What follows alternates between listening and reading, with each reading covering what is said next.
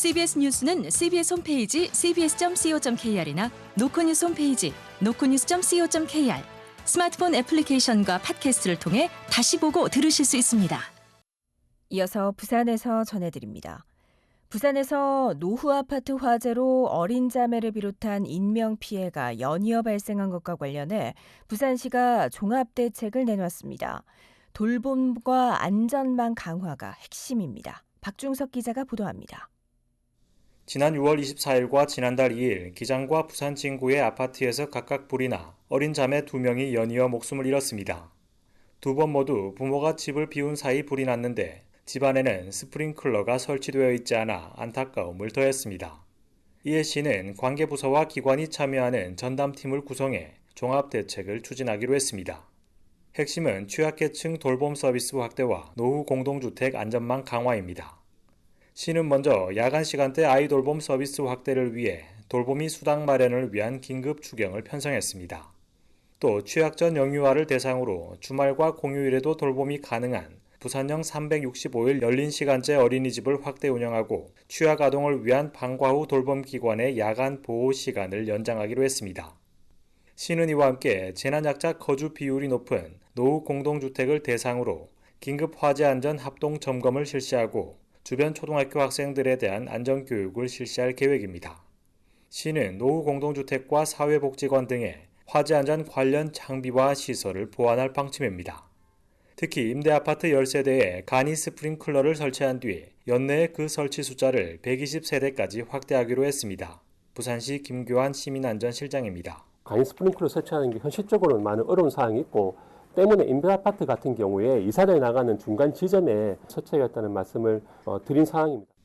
시는 또 멀티 콘센트 사용 요령 등 화재 예방을 위한 대시민 홍보 활동을 전개해 나가기로 했습니다. CBS 뉴스 박충석입니다. 올해로 30주년을 맞는 부산국제영화제가 개막작으로 박찬욱 감독의 신작을 선정하는 등 침체한 한국 영화계에 생기를 불어넣겠다는 각오입니다.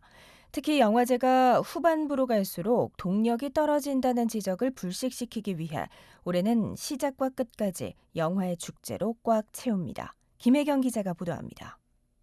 올해부터 경쟁영화제를 선언한 부산국제영화제가 30주년을 기념할 만한 개막작으로 박찬욱 감독의 작품을 선정했습니다.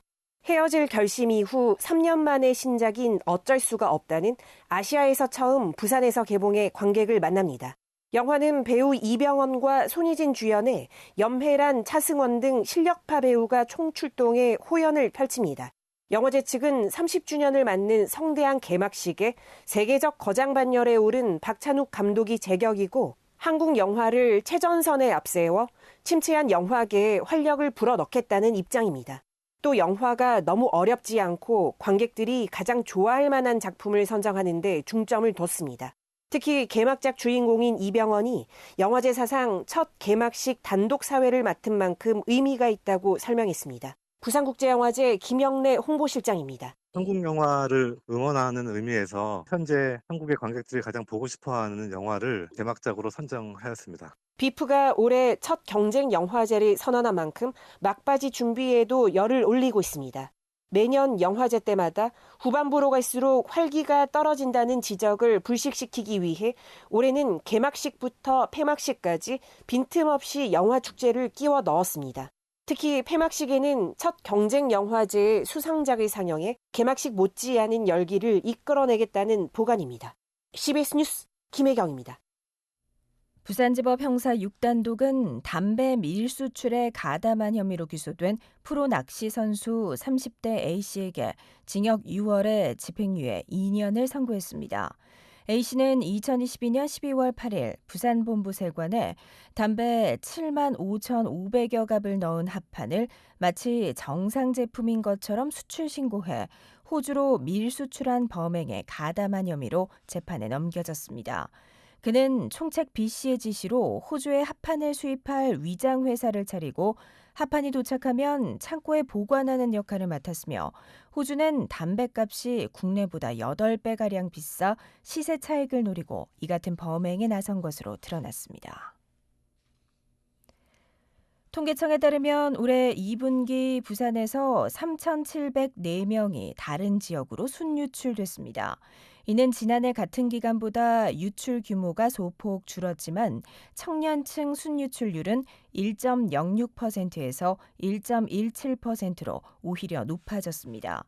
청년층이 주로 떠난 지역은 경남이 32.7%로 가장 많았고 이어 서울 19.2%, 경기 12.9% 순이었습니다.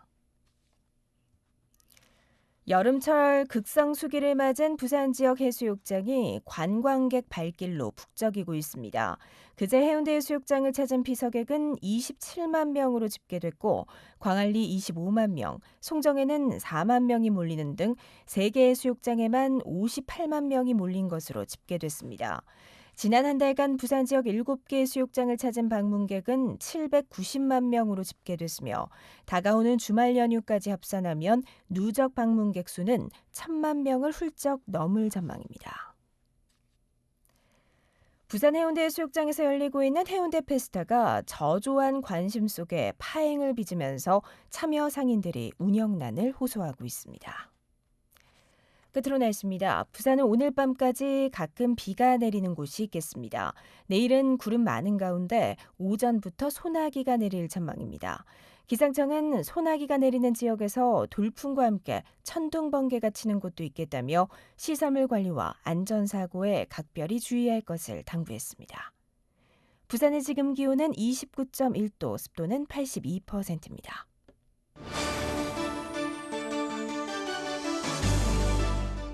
CBS 저녁 종합 뉴스를 마칩니다. 지금까지 진행해 기술 최예지, 기자 정혜린, 아나운서 김정현이었습니다.